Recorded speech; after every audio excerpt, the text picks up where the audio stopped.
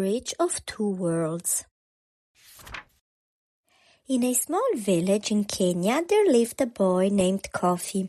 Kofi loved to run through the open fields where acacia trees stretched their limbs toward the sky and the wind carried stories of his ancestors. He was known in his village for his curiosity and his love for stories.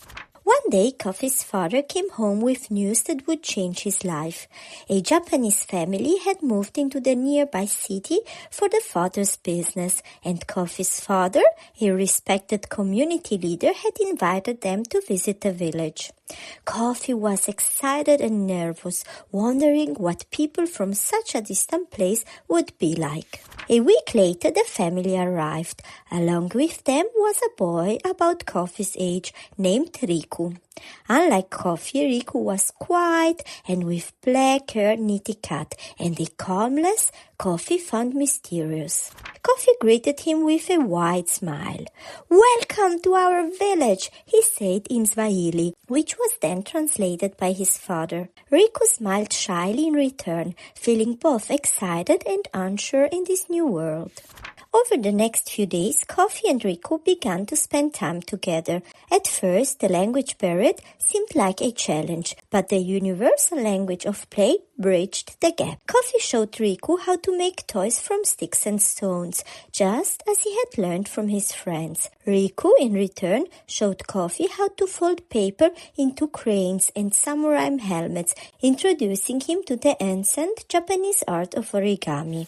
One evening, Kofi's family invited Riku and his parents to a traditional Maasai celebration. As the sun set, the villagers gathered around a large fire. The men, dressed in bright red shukas, performed the adumu. Kofi explained to Riku that the higher the men jumped, the greater their status was among the warriors.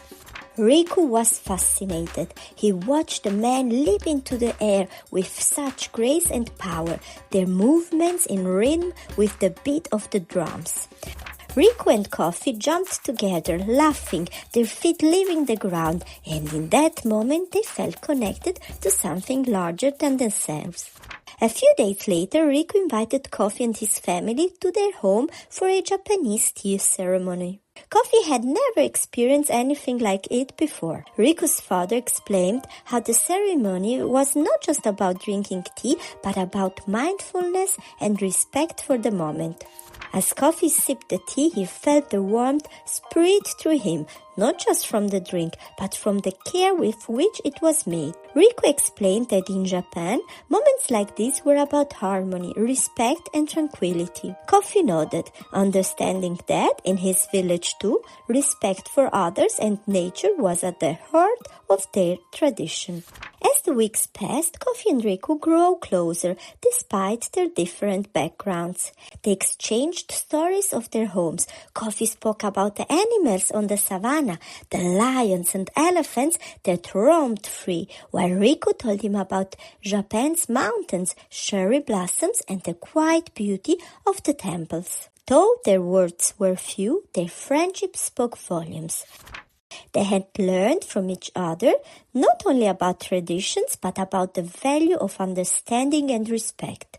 In their hearts, they both knew that they were no longer just a Kenyan boy and a Japanese boy. They were friends, a bridge between two worlds.